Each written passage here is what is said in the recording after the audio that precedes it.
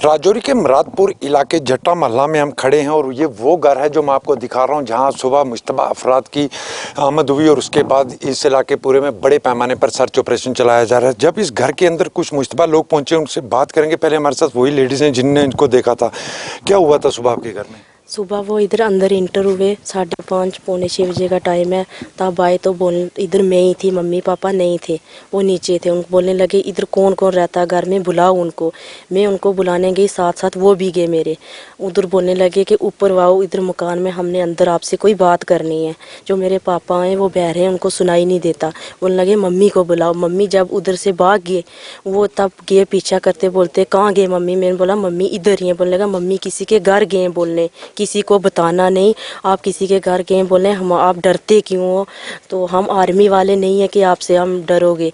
तो मम्मी को बुलाओ। मम्मी को बुलाने जा मैं गई, बोलने लगे हम आपका वेट करेंगे, अगर आप वापस ना आए तो आपके जो ये पापा हैं ये हमारे पास ही हैं, हम इनको मार देंगे अगर आपने किसी को बोला। कितने लोग थे वो? 2 लोग थे। एक बात तो क्या था, उनके पास कोई हथियार थे या किस तरह के थे? जो कुछ भी था ना, उन्हें जो लपेटा हुआ था उसके नीचे था, हाथ में उनकी सोटी थी। तो जो वो परफेक्ट नहीं है कि उनके पास क्या था। तो जब यहाँ आप जिस कमरे में सोए थे उनने आपके कमरे को नॉक किया, जब आप बाहर है उसके बाद कुछ उनकी तरफ से कोई डराया गया है, कुछ ऐसी चीज? ऐसे डरा धमका रहे थे कि मम्मी पापा को बुलाओ, जो भी लोग हैं अंदर बुलाओ, हम इधर बात करेंगे। जब मम्मी नहीं आए तब बोलने लगे मम्मी किसी के घर गए बोलने के लिए। मैंने बोला मम्मी घर नहीं गए, ऐसे ही कहेंगे। बोलने लगे मम्मी को बुलाओ, किसी को नहीं बोलना हमारे बारे में, आप हमसे डरो नहीं, हम कोई आर्मी वाले नहीं है कि आप डरोगे हमारे बारे में। अगर किसी को बताया तो हम आपको मार देंगे अगर आप वापस ना आए। मम्मी और आप मम्मी को बुला के इधर वापस आओ, नहीं आए तो हम पापा को मार देंगे, आपके पापा जो है हमारे पास ही। इससे पहले कभी उन लोगों को इधर देखा? नहीं देखा। फिर उसके बाद आपने क्या किया जब वो भागे यहाँ से?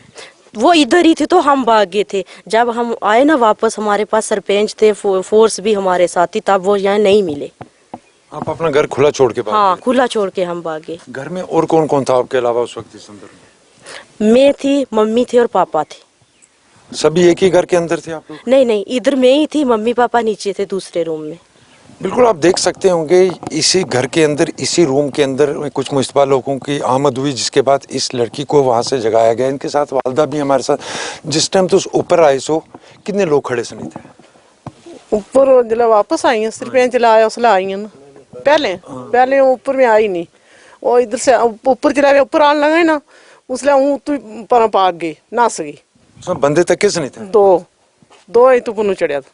2 बंदे से? 2 बंदे। कौन कोई हथियार या कुछ ऐसी चीज? ऐसे रखे शाल नीचे दी। हाँ, शाल बड़े बड़े शाल रखे थे। इस तो पहले कभी इन लोगों से इन्हें रखे थे क्या? नहीं तक। उस तो बाद तुसी थोना से? हाँ, जिला बुला लेना ऊपर उठला नास गई।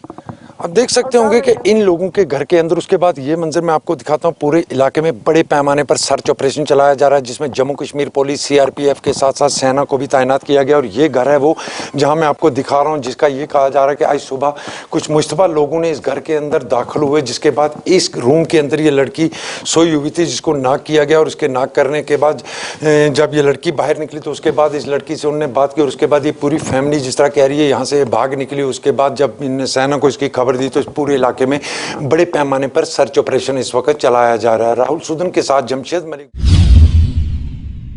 इस समय हम जिला हेडक्वार्टर सांबा में मौजूद हैं। आपको बताते चले कि जम्मू कश्मीर की तमाम आंगनवाड़ी वर्कर जो है अपनी मांगों को लेकर प्रोटेस्ट कर रही है। और हमें जो कारण पता चल पा रहे हैं वो ये है कि जिस तरह से जम्मू कश्मीर प्रशासन का एक फरमान आ चुका है कि जो 60 साल जिनकी उम्र हो चुकी है आंगनवाड़ी वर्कर्स की, उनकी रिटायरमेंट होगी।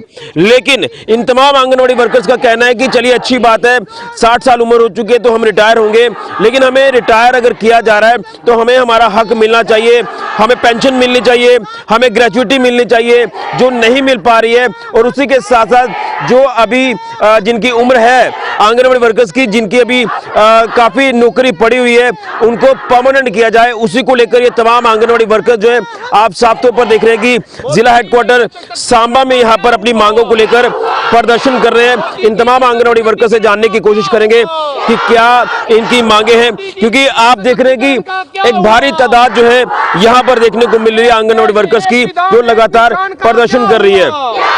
तो इनसे जानने की कोशिश करते हैं। आपका क्या नाम है? मेरा नाम सोमा देवी है। आपकी जो मांगे हैं तमाम, जिसको लेकर आप ये कह रहे हैं कि एक फरमान जम्मू कश्मीर प्रशासन ने जारी किया कि 60 साल उम्र वाले जो आंगनवाड़ी वर्कर्स हैं उनको रिटायर किया जाएगा, लेकिन आपका कहना है कि आपको हक नहीं मिल पा रहा, ग्रेच्युटी नहीं मिल पा रही है, पेंशन नहीं मिल पा रही है, इसको लेकर क्या आप कहना चाहते हैं? और ये भी कहा कि जो ऑन ड्यूटी वर्कर्स हैं आपकी, जिनकी अभी काफ़ी नौकरी पड़ी हुई है, उनको भी परमानेंट किया जाए, इसको लेकर क्या आपका एलजी प्रशासन को संदेश रहेगा? ठीक, मेरा ये संदेश है कि हमारी जो आंगनवाड़ी वर्कर्स हैं वो 45 साल से काम कर रही हैं। अब जब वो 60 साल की हुई हैं तो उनको रिटायर कर दिया जाए, तो ये कहाँ का इंसाफ है कि उसको ना कोई ग्रेजुएटी ना कोई पेंशन।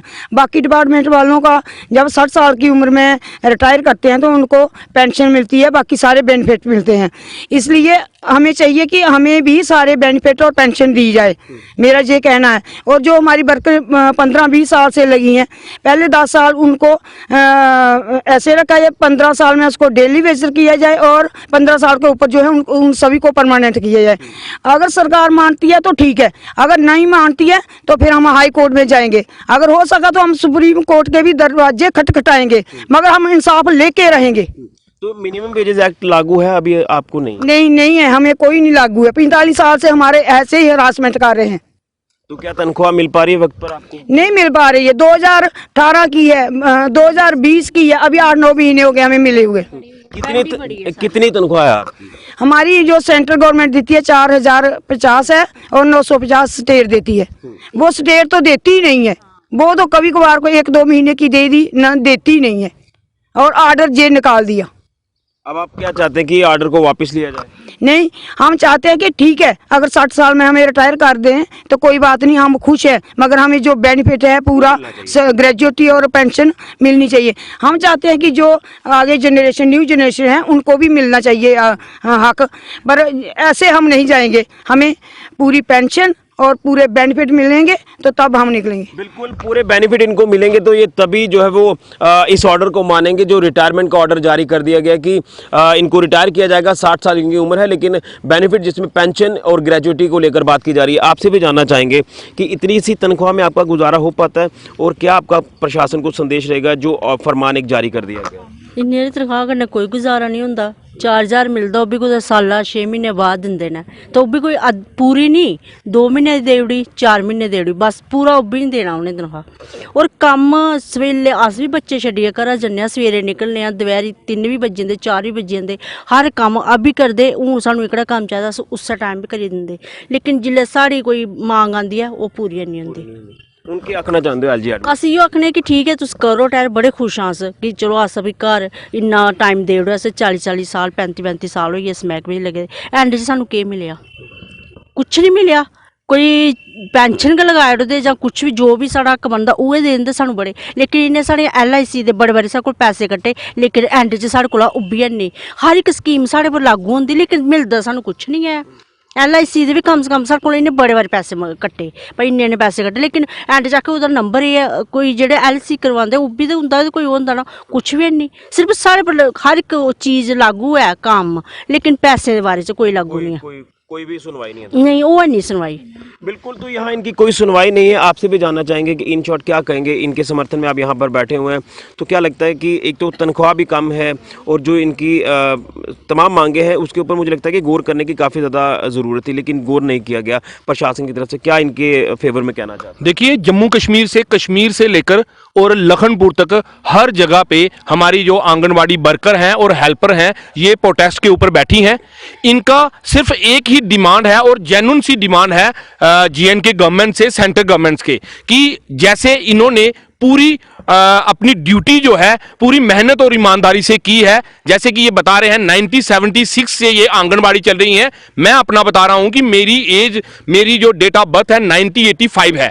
मेरी जन्म से लेकर ये लोग नौकरी कर रहे हैं और मेहनती से हम देखते हैं, हम हर जगह देखते हैं। मैं सरपंच भी हूं, मेरी पंचायत में मैं देखता हूं, अगर कोविड आएगा वहां पे इनकी ड्यूटी लगी है, पल्स पोलियो के अगर ड्रॉप्स डालने हैं वहां पे इनकी ड्यूटी लगी है, अगर गवर्नमेंट डिपार्टमेंट के कोई सर्वे करने हैं वहां पे ड्यूटी लगी है, बच्चों को छोटे जो उनके लिए ड्यूटी इनकी लगी है। इतना काम अगर इनकी तरफ से किया जा रहा है तो जम्मू कश्मीर में जो हमारे 25 एमएलए जो चुनकर आए थे, उन्होंने इनकी डिमांड जो है आगे गवर्नमेंट तक रखनी थी, असेंबली में वो पास करवानी थी, सेंट्रल गवर्नमेंट से रिक्वेस्ट करके इनकी डिमांडें पूरी करनी थी। नालायक एमएलए और एमपीज ने एक भी बात इनकी जो है वो इनके आगे गवर्नमेंट तक नहीं रखी। डॉक्टर श्यामा प्रसाद मुखर्जी का एक देश एक विधान एक संविधान, वो कहां है? अगर पंजाब में 9,000 रुपया पे इन लोगों को मिल रही है, हरियाणा में 14,000 रुपया मिल रही है, दिल्ली में 12,000 रुपया मिल रही है, और 2 स्टेट ऐसी हैं उसमें तमिलनाडु और पांडिचेरी, यहां पे आंगनवाड़ी वर्कर्स को परमानेंट किया गया है। वो देश, वो डॉक्टर श्यामा प्रसाद जी का एक देश एक निशान एक संविधान की धज्जियां, प्रधानमंत्री जी के महिला सशक्तिकरण की धज्जियां एलजीयूटी एडमिनिस्ट्रेशन हमारे जम्मू कश्मीर में उड़ा रही है। ये महिलाएं जो दिन रात काम करके अपने बच्चों को घरों में छोड़कर उनका लालन पोषण ना कर लोगों के बच्चों का लालन पोषण करती हैं, इनके साथ ऐसी जायती जो है वो बर्दाश्त नहीं की। इनके फेवर में आप मैसेज देना चाहते? देखिए, जो डिमांड्स हैं उनके ऊपर अगर एक्शन नहीं लिया जाता है, हम तन मन और धन से इनके साथ हैं, और जायज डिमांडें जब तक पूरी नहीं होगी हम छाना बछाना इनके साथ खड़े हैं। और आने वाले टाइम पे अगर इसके लिए एक बड़ा आंदोलन या सड़कों भी उतरने पड़ेगा, हम इन लोगों के साथ छाना बछाना उतरेंगे। बिल्कुल, तो ये तमाम आंगनवाड़ी वर्कर्स जो है ये हड़ताल पर हैं। आप देख रहे हैं कि यहाँ पर प्रोटेस्ट किया जा रहा है अपनी मांगों को लेकर। अच्छा वेलकम किया जा रहा है कि चलिए रिटायरमेंट की एज है तो हम रिटायर हो रहे हैं, लेकिन हमारा हक तो मिलना चाहिए, पेंशन मिलनी चाहिए, ग्रेजुटी मिलनी चाहिए। ये तमाम इनसे जो छोटी उम्र की महिलाएं आंगनवाड़ी वर्कर्स जिनकी अभी ड्यूटी है, यानी अभी उनकी काफ़ी नौकरी पड़ी हुई है, अगर वो भी इसी तरह से इसी क्राइसिस से गुजरेंगे तो आगे किस तरह से अपने परिवार का पालन पोषण वो करेंगे। लिहाजा उनको भी परमानेंट किया जाए। और यहाँ मिनिमम वेजेस एक्ट को भी लागू नहीं है, मात्र कुछ तनख्वाह जो है वो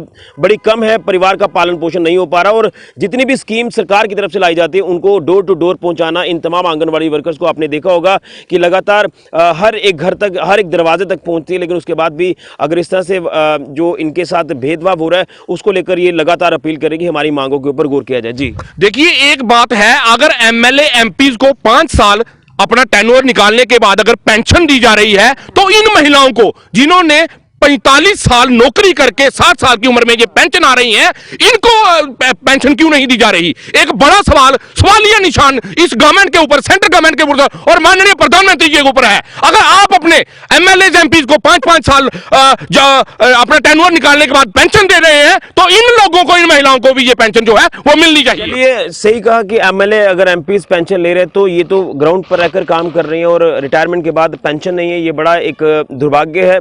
आप देखना ये कि ये तमाम अपने प्रदर्शन को जिस तरह से आगे बढ़ा रहे हैं, तो एलजी प्रशासन किस तरह का संज्ञान इनके बारे में लेता है। फिलहाल के लिए कैमरामैन राहुल के साथ ऋषि खजूरिया, जगह 24/7 न्यूज़ के लिए। तो में अगर इन्होंने लीज पे कुछ होटलियर्स को दे दिया है तो वो इनके अपने ठेकेदार थे। चलिए, आज 2022 है, 20 साल उन्होंने उसको लीज पे ले लिया है, उन्होंने बहुत पैसा कमाया है। हमारे नौजवान 12 लाख 13 लाख यूथ जो है इस वक्त हाथ फैलाए हुए बैठे। अगर किसी नए किसी यूथ को मिले बिना मजहब मिल्लत, तो इसमें महबूबा जी को क्यों ऐतराज है? मैं महबूबा जी को कहना चाहूंगा, आपके ठेकेदारों का राज खत्म हो चुका है, अब नए लोग यहाँ पे आए हैं। अब ये जो लीज पे जितने भी होटल्स हमारे हैं, जितना भी हमारा कोई सरमाया है, ये नए लोगों को मिलेगा। आपके लोगों ने बहुत रेस्ट किया है और आराम भी किया। हमेशा नशा मुक्त भारत की बात कर रही है, और चाहे शराब की दुकान जम्मू में खुले, पठानकोट में खुले, कश्मीर में खुले, हम हमेशा इसके खिलाफ है। और बहुत ज़बरदस्त तरीके से हमने इस इशू को उठाया था कि जम्मू कश्मीर को नशा मुक्त करना है। भारतीय जनता पार्टी हमें उस पर और, लेकिन जहाँ तक कश्मीर में नई दुकानें खुली, ये उन पॉलिटिकल पार्टियों से सवाल करना चाहिए जिन्होंने यहाँ पहले शराब की दुकानें खोलो, लाइसेंस दी। पहले CH2 आपके सामने शुक्र में मौजूद है, मुफ्ती साहब की इंस्टॉलेशन है, महबूबा जी को उस पर जवाब देना चाहिए जो मुफ्ती साहब ने वहाँ दुकान खोली है। अब इस वक्त LG इंतजामिया की ऊपर उंगली उठाना ये मैं समझता हूँ सही नहीं है। जब आपने पहले ही यहाँ इजाज़त दी है तो नेचुरली और भी दुकानें खुलेंगी, लेकिन ये तब सोचना था कि हम मेजॉरिटी वाली, जहाँ मुस्लिमों की मेजॉरिटी है, यहाँ हम रह रहे हैं, तब शराब की दुकानों को इजाज़त नहीं देना था। लेकिन जहाँ तक एक शराब है, चाहे हिंदू हो, मुसलमान हो, सिख हो, हर एक मजहब में इसको मना करार दिया। Myself Chaudhary Yasin Shaheen, general secretary all seasonal teacher association. तो मैं ये बताना चाहूँगा कि सुबह से आज हम डिस्ट्रिक्ट डोडा के यहाँ चीफ एजुकेशन ऑफिसर साहब डोडा के सामने खड़े हैं। तो ये जो आप देख रहे हैं हमारे सीजनल टीचर पूरे डिस्ट्रिक्ट डोडा के हैं, डिफरेंट जोन से यहाँ आए हुए हैं। तो प्रॉब्लम ये है कि देखा जाए तो आज हम सीजनल टीचर जो है 1 साल के बाद अपनी जो सैलरी है वो लेने के लिए आए हैं, क्योंकि बाकी डिस्ट्रिक्ट में जो है 6 मंथ की सैलरी अभी 4 मंथ के हिसाब से जो as per rule as per government order first phase जो 4 मंथ की सैलरी है वो पड़नी थी। तमाम डिस्ट्रिक्ट में जो है वो 40,000 4 मंथ की जो है पड़ चुकी है। लेकिन बदकिस्मती की बात यह है कि हमारे डिस्ट्रिक्ट डोडा में जो है अभी ये 4 महीने की सैलरी वागुजार नहीं हुई। ये इसको मैं बदकिस्मती कहूँगा, क्योंकि हमारे आप देख रहे हैं ये चेहरे जिनमें हमारे सीजनल टीचर 4-4 5-5 बच्चों के बाप जो हैं, जिनका पूरा डिपेंडेंट जो है सीजनल के ऊपर ही है। तो आज अगर इस मुश्किल वक्त के अंदर हमारी सैलरी वागुजार नहीं होती अपना वक्त लगा के, टाइम पीरियड लगा के, तो ये बदकिस्मती नहीं तो और क्या है। तो ये कहीं ना कहीं ग्रास रूट लेवल से जो रिपोर्टें सबमिट हुई हैं चीफ एजुकेशन ऑफिसर साहब को, जिसको जून सतह कहा जाता है, वहाँ से रिपोर्टें गलत आई हैं। तो सुबह से हम यहाँ ऑफिस के सामने बैठे हैं। चीफ साहब जो हैं अभी उनकी कहीं ऑनलाइन मीटिंग चल रही है। अभी हमारे फोरम के चेयरमैन वो सीओ साहब के पास गए थे, कहा अभी मेरी मीटिंग जो है हो सकता है 7-8 बजे तक रात को चल पाए। हम भी बैठे, अगर हमारी बात अपील करेंगे हम हायर अथॉरिटी से अपील यही है कि फिलहाल हमारी जो सैलरी है वो वागुजार की जाए पूरे 6 मंथ की, क्योंकि हमारे लोगों ने अपना जो है टाइम दिया है और हमारे लोगों के लिए जो है वेरिफिकेशन टीम बनाई गई थी जून सतह से, और हमारे लोगों की जो फाइलें हैं हार्ड कॉपी सॉफ्ट कॉपी इन्होंने अपना पूरा ऑथेंटिकेट तरीके से रिकॉर्ड दिया है। तो हम अगर सीओ साहब हमारी आवाज़ सुनेंगे तो इंसाफ ज़रूर दिलाएंगे। एक अच्छे ईमानदार ऑफिसर पहली बार हमारे डिस्ट्रिक्ट डोडा में आए हैं, तो हम इस ईमानदारी के बलबूते पर ही कहते हैं कि हमें ज़रूर इंसाफ मिलेगा। मैं Zulfiqar Ali, chairman Jammu and Kashmir seasonal teachers forum.